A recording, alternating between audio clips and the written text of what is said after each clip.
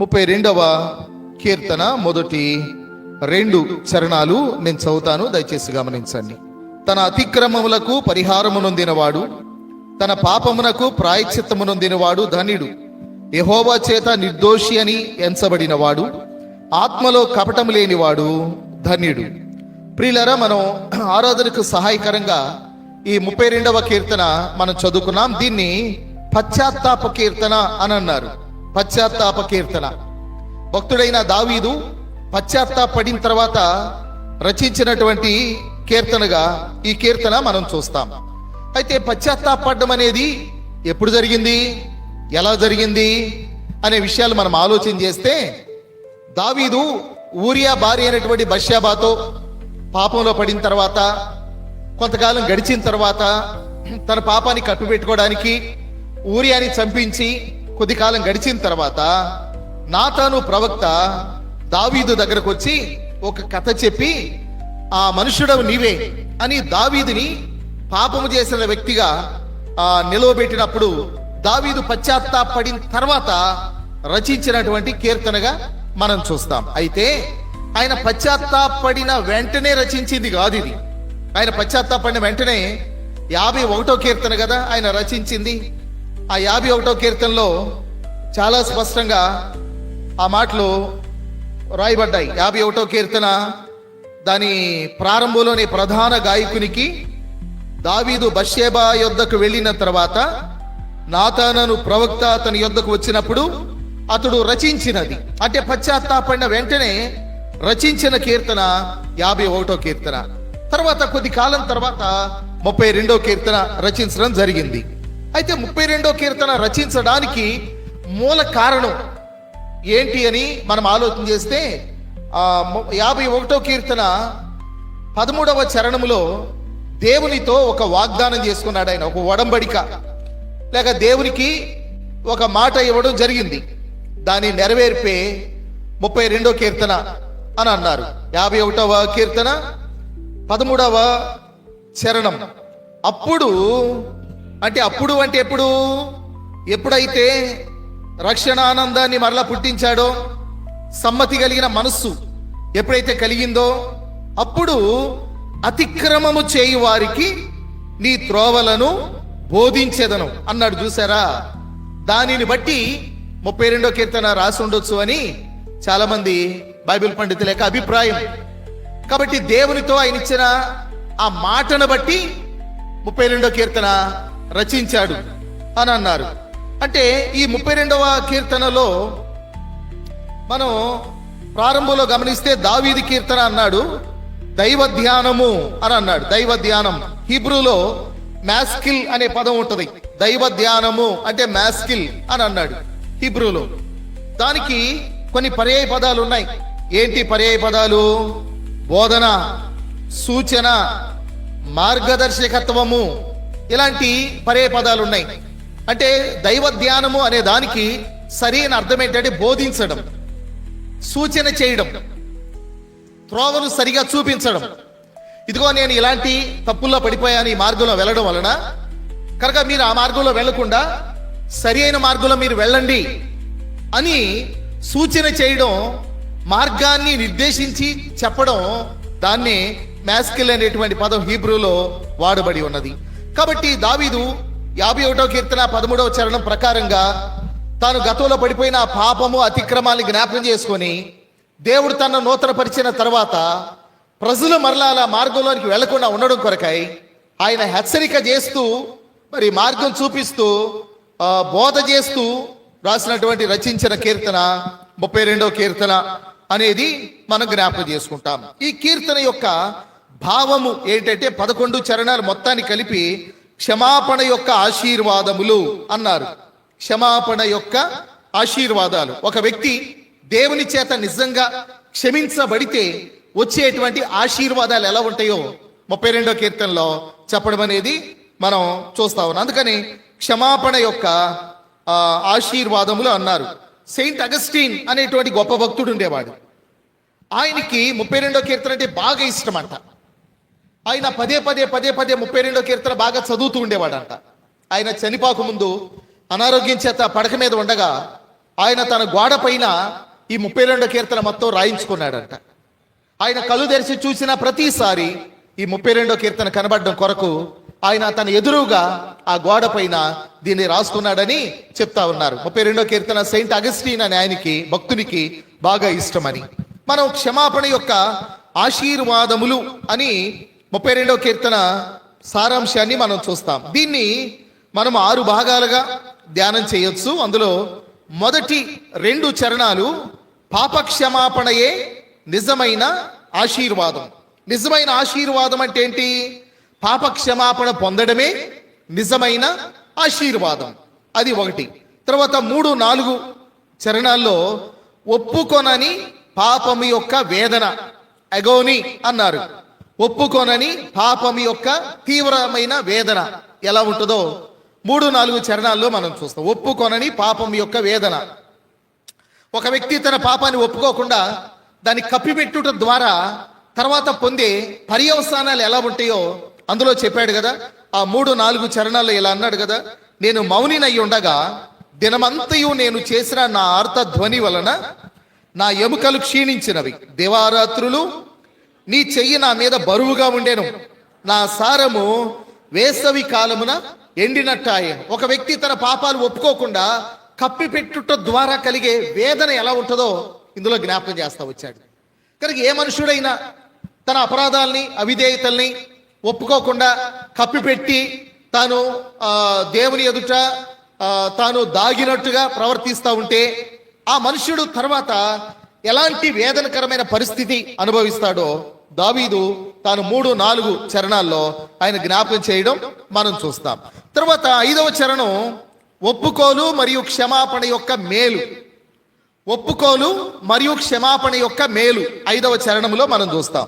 అంటే ఒప్పుకోలు యొక్క క్షమాపణ యొక్క మేలు ఎలా ఉంటుందో 5వ చరణంలో మనం చూస్తే నా దోషమును కప్పుకొనక అని ప్రారంభించాడు. కనుక కప్పుకొనక అంటే ఒప్పుకున్నాడు అని అర్థం. బైబిల్ గ్రంథంలో కప్పుకున్న వారు ఉన్నారు కదా. ఆకాను ఉన్నాడు, తన పాపాన్ని కప్పెట్టుకున్నాడు. తన పాపాన్ని కప్పెట్టి వచ్చి అందరితో పాటు సాధారణంగానే ఆయన కూడా యుద్ధం చేశాడు. మనం కూడా మన అపరాధాలని అవిధేయతల్ని బుద్ధిహీనతల్ని కప్పెట్టుకొని అందరికిలాగానే మనం కూడా మందిరంలో ఉండి మనం ఆరాధన చేయొచ్చు, పాడవచ్చు, కీర్తించవచ్చు, కనపరచవచ్చు. ఆకాను కూడా అంతే చేశాడు, అందరిలో ఒకడయ్యాడు. తాను కప్పెట్టుకున్నాడు తన పాపాన్ని. తర్వాత తాను దొరికిన తర్వాత దాని వేదన ఎంత భయంకరంగా ఉంది. ఆకాను ఇంటి వారి అందరి మీదకి ఆ శిక్ష రావడం మనం చూస్తాం. తర్వాత గేహాజీ కూడా అంతే కదా. తన అతిక్రమాలు దాచిపెట్టువాడు వర్ధిల్లడు అన్నట్టుగానే ఆయన వర్ధిల్లకి పోగా తన ఇంటి మీదకి తను తరతరాలకి శాపాన్ని తెచ్చిన వాడిగా మనం చూస్తా ఉన్నాం. తర్వాత ఇంకా బైబిల్ పండితులు ఏం చెప్పారు అంటే రాహేలు ఆమె మార్గంలో ఉండగా బెన్యామీనుని కనే సమయంలో ఎఫ్రాతా మార్గంలో మరణించినట్టుగా బైబిల్లో ఉంది. ఆమె మరణించడానికి కారణం ఏంటి అని అన్నారు అంటే ఒక భక్తుడు అన్న మాట ఏంటంటే ఆమె తన తండ్రి ఇంటి నుండి వచ్చేటప్పుడు తన తండ్రికి ఇష్టమైన గృహదేవతలను దొంగిలించి తను తెచ్చి ఒంటె సామాగ్రిలో దాచి తన తండ్రి అయిన లాబాను వాటిని వెతకడానికి వచ్చినప్పుడు ఆమె సామాగ్రి మీద కూర్చొని నేను కడగా ఉన్నాను, నేను ఇక్కడి నుంచి లేవలేను అని చెప్పింది. అప్పుడు యాకోబు ఒక మాట అన్నాడు, అవి ఎవని యొద్ద దొరుకునో వారు నిశ్చయముగా చచ్చుదురని.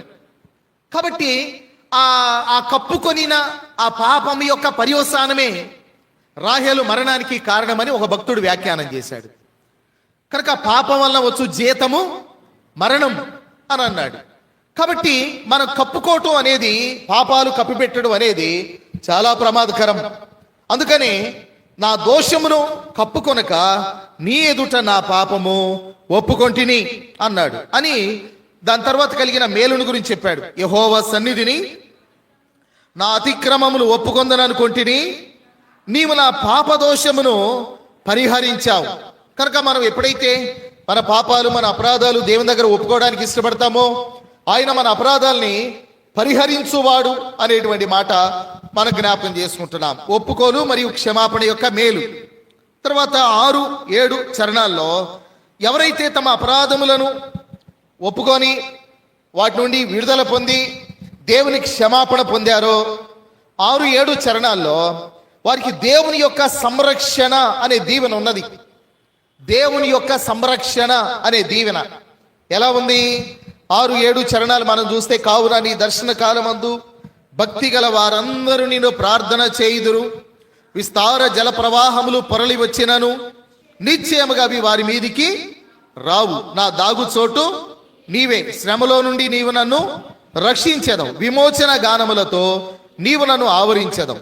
విస్తార జల ప్రవాహములు పొరలి వచ్చిన నిశ్చయముగా అవి వారి మీదికి రావు అన్నాడు. దేవుని బిడ్డలను గురించి బైబిల్లో మనం చూసినప్పుడు కరువులు వచ్చినా, యుద్ధాలు జరిగినా, సమస్యలు వచ్చినా దేవుని బిడ్డలో దాచబడిన సందర్భాలు బైబిల్లో మనం చూస్తాం.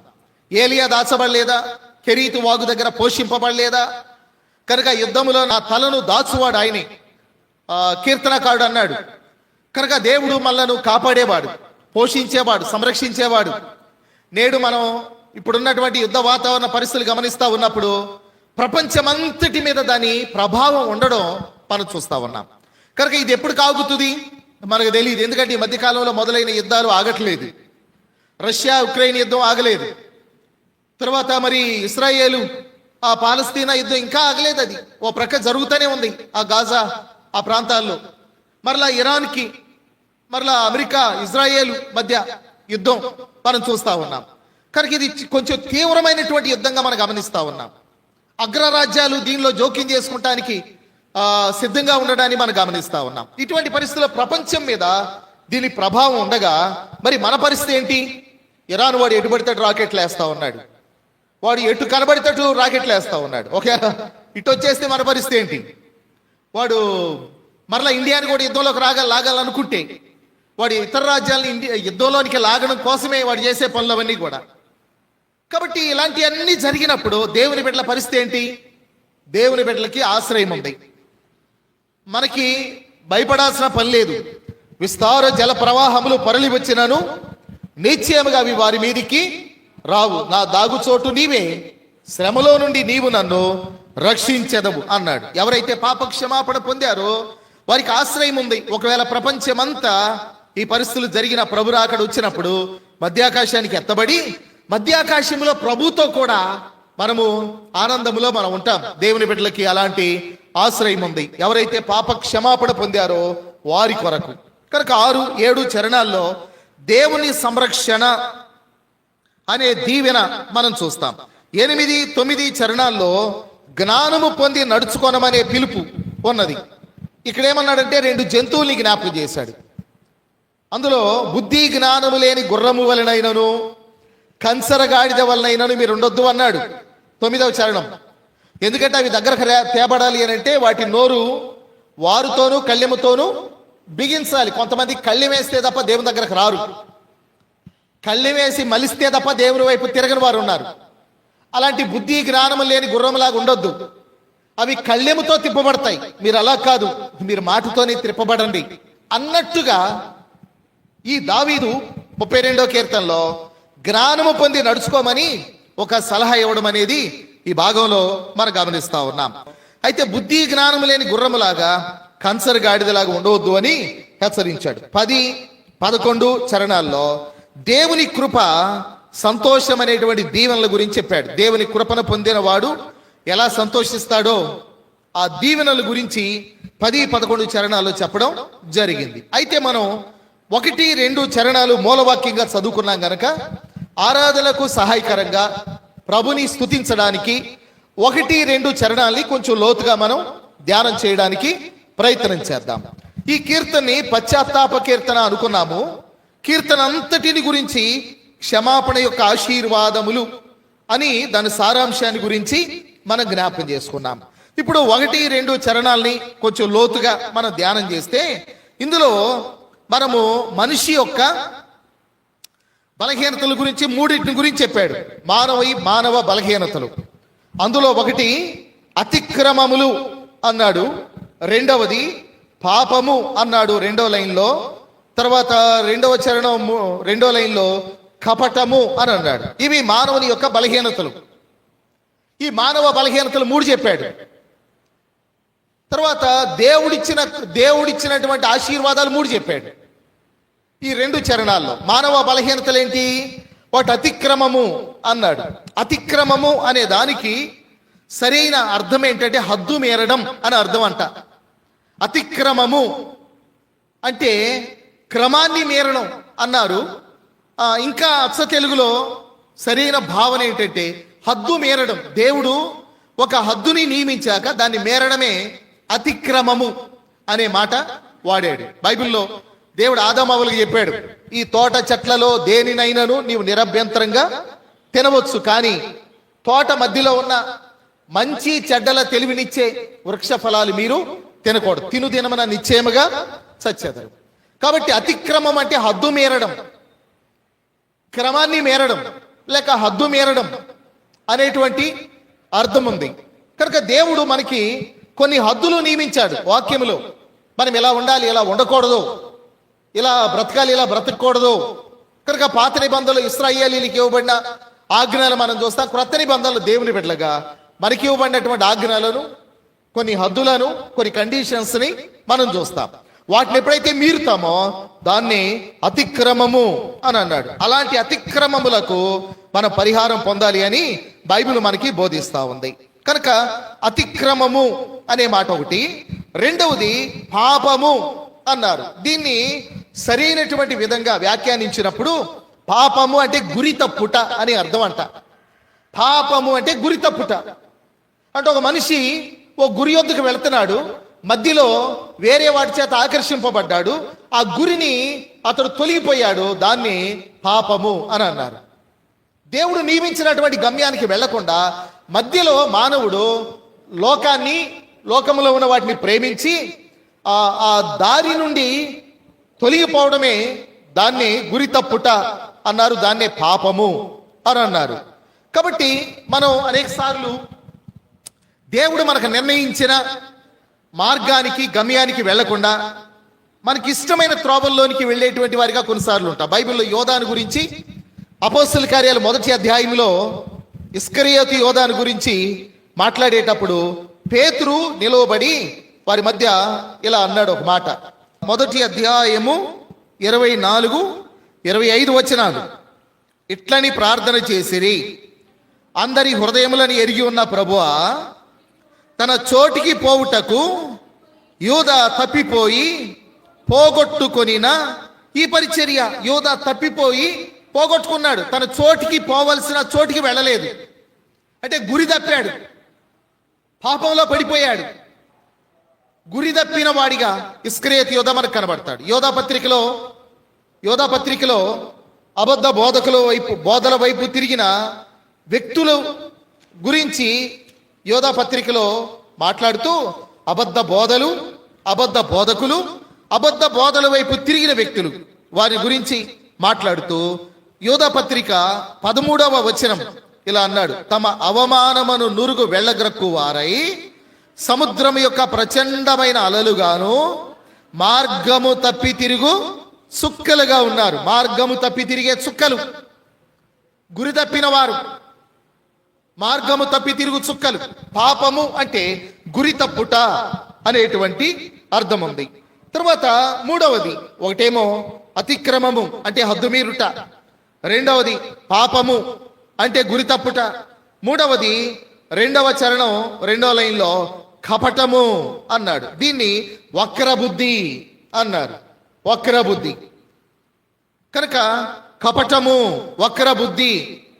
మన వక్రబుద్ధి అనగానే దానికి ఆపోజిట్గా ఉండే పదం బైబిల్లో మనం వాడు చూస్తాం కదా, స్వస్థ బుద్ధి అన్నాడు. స్వస్థ బుద్ధి గలవారై అనే మాట ఉంది. కొంతమంది బుద్ధికి స్వస్థత ఉండదు, వారు వక్ర బుద్ధి కలిగిన వారిగా ఉంటారు. బుద్ధికి రోగం వచ్చిందనుకోండి, దాన్నే వక్ర బుద్ధి అన్నారు. నిన్న మొన్న బాగానే ఉన్నారు, మరి నేడేంటి ఆ బుద్ధికి రోగం వచ్చింది, దాన్నే వక్ర బుద్ధి. కాబట్టి కొద్ది కాలం బాగానే ఉంటారు, కొద్ది కాలం తర్వాత వారి బుద్ధి మారింది, వారి ఆలోచనలు మారుతాయి, తర్వాత గురి తప్పుతారు, హద్దు మేరతారు. కనుక మన కింద నుంచి పైకి వెళితే పైనుంచి క్రిందకేమో అతిక్రమములు అంటే హద్దు మీరుట, పాపము అంటే గురి తప్పుట, కపటము అంటే వక్రబుద్ధి. మన కింద నుంచి పైకి వెళితే ఎప్పుడైతే బుద్ధి మారిద్దో అప్పుడు గురి తప్పుతాడు, ఎప్పుడైతే గురి తప్పుతాడో అప్పుడు హద్దు మీరతాడు. కాబట్టి దావీదు యొక్క జీవితంలో కూడా అంతే. ఆయన కూడా ఒకసారి ఒక్కరి బుద్ధితోనే బత్షెబతో పాపం చేశాడు. ఆయన బుద్ధి ఎప్పుడైతే మారిందో అప్పుడు గురి తప్పాడు, ఎప్పుడైతే గురి తప్పాడో అప్పుడు హద్దు మీరాడు దావీదు. కనుక దావీదు సూచనలు ఇస్తా ఉన్నాడు, ఇలాగ వెళ్లకుండా మీరు జాగ్రత్తగా ఉండండి అని సూచనలు ఇవ్వడం కొరకే 32వ కీర్తన, ఇలాగ బోధ చేయటం కొరకు సూచనలు ఇవ్వడం కొరకే ఈ కీర్తన రచించినట్టుగా మనం చూస్తాం. మానవ బలహీనతలు అతిక్రమములు, పాపము, తర్వాత కపటం. అతిక్రమములు అంటే హద్దు మీరుట, పాపము అంటే గురి తప్పుట, కపటము అంటే వక్ర బుద్ధి అని జ్ఞాపకం చేసుకున్నాం. వీటిని మనం సరి చేసుకోవటం చాలా ప్రాముఖ్యం. ప్రతిసారి ప్రభు వాళ్ళ దగ్గరకు వచ్చినప్పుడు కూడా వ్యక్తిగతంగా సరి చేసుకోవటం చాలా ప్రాముఖ్యం. తర్వాత మనం వీటి నుండి ఎప్పుడైతే క్షమాపణ పొందుతామో దేవుని వైపు నుంచి వచ్చేటువంటి 3 ఆశీర్వాదాలు. ఒకటి పరిహారము అన్నాడు కదా మొదటి లైన్లోనే. మనం ఎప్పుడైతే దేవుని దగ్గర క్షమాపణ పొందుతామో, ఒప్పుకొని విడిచిపెడతామో అప్పుడు పరిహారము పొందుతాం. పరిహారము అంటే అప్పును తొలగించుట అని అర్థం అంట. పరిహారము అంటే అప్పును తొలగించడం. మనం బాకీ పడ్డాం, చెల్లించలేకపోతున్నాం, మన వల్ల కావట్లేదు, మరి ఎలాగా అని క్షమించేశాడు. ఒక ఉపమానం కూడా ప్రభు చెప్పాడు కదా. ఒక వ్యక్తి 100 వెండి నాణెములు, 1000 అనుకుంటాను వెండి నాణెములు అప్పున్నటువంటి వ్యక్తి, అయ్యా నేను తీర్చలేను అని రాజు దగ్గరికి వెళ్ళి క్షమాపణ అడిగితే రాజు అన్నాడంట, సరే పో నేను క్షమించేయంలే అన్నాడంట. దాన్నే పరిహారము అని అన్నారు. బైబిల్ గ్రంథంలో 49వ కీర్తనలో మామూలుగా అయితే మనం చేసిన అపరాధాలు అవి ఎన్నటికీ తీరక అట్లుండవలసిన అప్పులు లాంటివి అవి. 49వ కీర్తన 7వ చరణం, ఎవడును ఏ విధము చేతనైనను తన సహోదరుని, అంటే ఎవడు కూడా మన అప్పుడు తీర్చలేడు అని భావన అన్నమాట. వాడు కుళ్ళు చూడక నిత్యం బ్రతుకున్నట్లు వాని నిమిత్తం దేవుని సన్నిధిని ప్రాయశ్చిత్తము చేయగలవాడు ఎవడును లేడు. వారి ప్రాణ విమోచన ధనము బహు గొప్పది, అది ఎన్నటికీ తీరక అట్లుండవలసిందే అన్నాడు. అప్పుడు యేసుప్రభు వచ్చి తన అమూల్యమైన రక్తాన్ని చిందించి మన అప్పు చెల్లించేశాడు, మనకు వెల చెల్లించాడు. మనకు విలువను కట్టి ఆయనే రక్తాన్ని చిందించి మన వెల చెల్లించి మనకు క్షమించేశాడు. ఫిలేమోను పత్రికలో ఒనేసిము ఫిలేమోనికి బాకీ ఉన్నప్పుడు పౌలు ఉత్తరం రాసి అన్నాడు కదా, అతడు నీకేమైనా అప్పు ఉన్న ఎడల నా లెక్కలో రాసుకోమన్నాడు పౌలు గారు. ప్రభువైన యేసుక్రీస్తు మనందరి అప్పుని, మన పాప దోషములను ఆయన తన మీద వేసుకొని మనకు పరిహారం చెల్లించేశాడు. అందుకని బైబిల్లో ఉంది, మీరు విలువ పెట్టి కొనబడిన వారు, మీరు విలువ పెట్టి కొనబడ్డారు. అది అమూల్యమైన రక్తము చేత మనం కడగబడ్డాం, కొనబడ్డాం, విడిపించబడ్డాం, స్వతంత్రులమయ్యాం. కనుక పాత నిబంధన కాలంలో బానిసత్వం ఉండేది. బానిసల్ని మార్కెట్లో కూరగాయలు కొన్నట్టుగా కొనేవారు. అలాంటి బానిసని కొని వెల చెల్లించి నువ్వు వెళ్ళిపోయి ఇక స్వతంత్రుడుగా అని విడిపించినట్టే పాపమునకు బానిసలమైన మల్లను వెల చెల్లించి ఆయన మల్లను స్వతంత్రులుగా చేశాడు. చేసి ఆయన అన్నమాట ఏంటో తెలుసా, ఎక్కడో వెళ్ళి పాపము చేయకన్నాడు. పౌలు అన్నాడు కదా, ఈ స్వాతంత్ర్యమును అనుగ్రహించి క్రీస్తు మన స్వతంత్రులుగా చేశాడు కనుక మరలా దాస్యమను కాడి క్రింద చిక్కుకోవద్దు అని అన్నాడు. గలతీ పత్రిక 5:1 ఆ మాటలు ఉన్నాయి. కనుక ఆయన మన కొరకు పరిహారము చెల్లించాడు, అమూల్య రక్తాన్ని చిందించాడు, అప్పును తొలగించాడు. తర్వాత రెండవది మళ్ళా నిర్దోషులుగా చేశాడు. 2వ చరణం, యెహోవా చేత నిర్దోషి అని ఎంచబడిన వాడు ధన్యుడు అన్నాడు. అంటే నిర్దోషి అంటే ఇలాంటి భావన ఉన్నది, లెక్క చూడకపోవడం అనే భావన ఉంది. ప్రభువారు ఏమన్నారంటే, ఇకను తూర్పు నుండి పడమటికి ఎంత దూరమో మీ అపరాధములను అంత దూరపరిచాను అన్నాడు. ఇక ఎన్నటికీ మీ పాపములను నేను జ్ఞాపకము చేసుకొనను అనే మాట కూడా వాడాడు. ఇక ఎన్నటికీ నేను మీ పాపములను జ్ఞాపకం చేసుకున్నాను. లెక్కలు చూడకపోవడం అనేటువంటి మాట. లెక్క చూడకపోవడం అని అంటే మనం దానియేలు గ్రంథం 5వ అధ్యాయంలో చూస్తే బెల్షస్సరును గురించి దేవుడు అన్న మాట ఏంటో తెలుసా? గోడ మీద రాసిన రాతలో, నీ లెక్క చూడగా నీవు త్రాసులో తేలికగా కనపడ్డావు. లెక్క చూస్తే తేలికైపోయాడు. దేవుడు మన లెక్క చూడడం, దాని అంతటినీ కొట్టేసేసాడు, జ్ఞాపకం చేసుకోనని చెప్పాడు. కనుక దాన్నే నిర్దోషి అనే మాట వాడాడు. తర్వాత మూడవది ప్రాయశ్చిత్తము అన్నాడు. ప్రాయశ్చిత్తము మొదటి చరణం 2వ లైన్లో ప్రాయశ్చిత్తం. ప్రాయశ్చిత్తము అంటే కప్పబడుట అని అర్థం అంట. కప్పబడుట అంటే దేవుడు మన దోషాలను ఏం చేశాడంటే కప్పేసేసాడు. ఆయన తన రక్తంతో కప్పేసేసాడు. కాబట్టి ఇక అవి కనబడకుండా వాటిని మరుగు చేశాడు అనేటువంటి భావన. కాబట్టి దేవుని వైపు నుంచి వచ్చిన ఆశీర్వాదాలు 1 పరిహారము, 2 నిర్దోషి, 3 ప్రాయశ్చిత్తము అనేటువంటి మాటలు మరి జ్ఞాపకం చేసుకుంటున్నాం. కనుక దేవుడు మనల్ని కనుక క్షమించకపోతే ఇంకెవరు క్షమించగలరు? మరి క్షమాపణ ఎక్కడ దొరుకుతుంది? క్షమాపణ దొరకకపోతే మన పరిస్థితి ఏంటి? మనమందరం నరకానికి వెళ్ళవలసిన వారమే కదా.